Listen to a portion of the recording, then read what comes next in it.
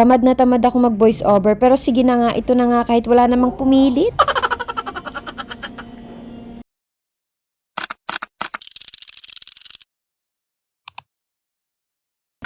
Day 3 na nga tayo mga be at andito tayo sa road down Tortola, British Virgin Islands. Wow! Bakit ang arte? Sobrang nakakatawa. Diyos ko Lord, kakapanood ko kay Burdagol, parang na-observe ko yung pagkaakla niya mga babe. Charis. Pagkababa nga namin ng barko ay sumakay kami ng minivan kasama ng ibang turista kuno. Pupunta tayo sa kabilang side ng island. The St. Thomas Cruise. We've been there. We've been there on another cruise. That's St. Thomas and you have St. John's back that way. Nakaka-nosebleed be, hayaan na lang natin silang mag-usap. Dito tayo pupunta sa Cane Garden Bay. Cinque Dole. Alright, 1 o'clock I'll be there on the side of the road. Pagkababa mo pa lang, mapapaindak ka na sa sobrang mahal ng pamasahe, pati souvenirs. Pagpapawisan ka talaga.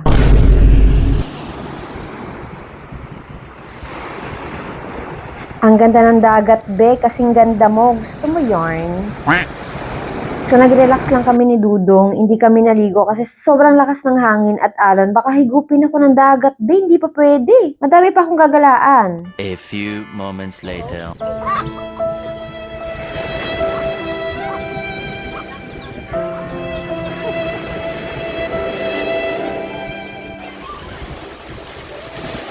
Tapos dumaan kami dito, makikiinom sana kami ng room. Charis. Parang nasa Pinas lang be, kasi may saging, may mangga. Manghihingi nga sana ako kasi may nakalagay na bawal daw manghingi ang mga cute. Ang damot nyo sa akin, charing.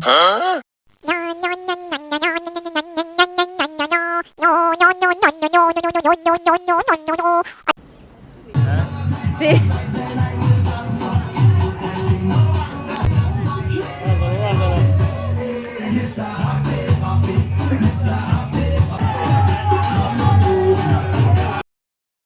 Tapos kung saan-saan na lang din kami naglulusot ni Dudong. Curious ba? Kaya naman kung kami po'y mapapadaan sa inyong bakuran, ay sorry na agad. Natingin lang ho ng inyong mga halaman. Tapos pabalik na nga ho kami sa port terminal. Ako'y nangangasimlaang sa manggay. Kahit sa port, marami ding gagalaan, madaming bilihan ng souvenirs, at madami ding kainan. Pero mas gusto kong kumain sa barko at libre. Uy!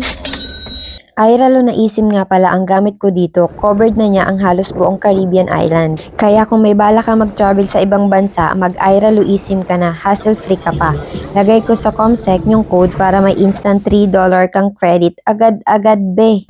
Makikikain na nga kami dito sa barko kasi nagugutom na yung mga alaga ko. Tapos nung hapon, nag-relax lang kami, hindi na ako nag-video, relax nga eh. Tapos naghanda na din kami para maghapunan. Video. Alam nyo, napaka-thankful ko kay Lord God sa araw-araw na blessings na binibigay niya. Kaya huwag kayong mawawala ng pag-asa. Mag-pray kayo palagi at syempre, sabayan nyo din ng sipag at tiyaga.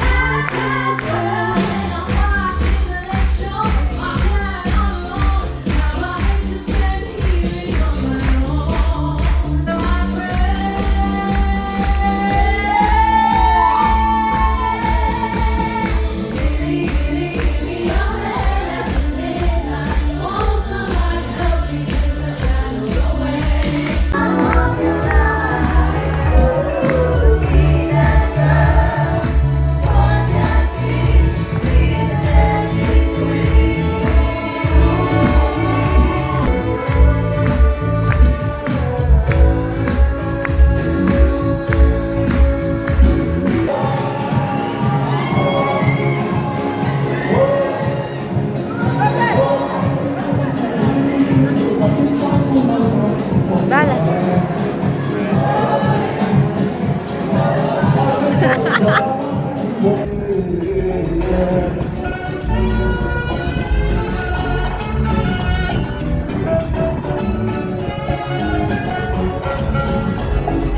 Kung nakaabot ka hanggang dito sa dulo ng video na to, salamat na agad. Love you. Mwah!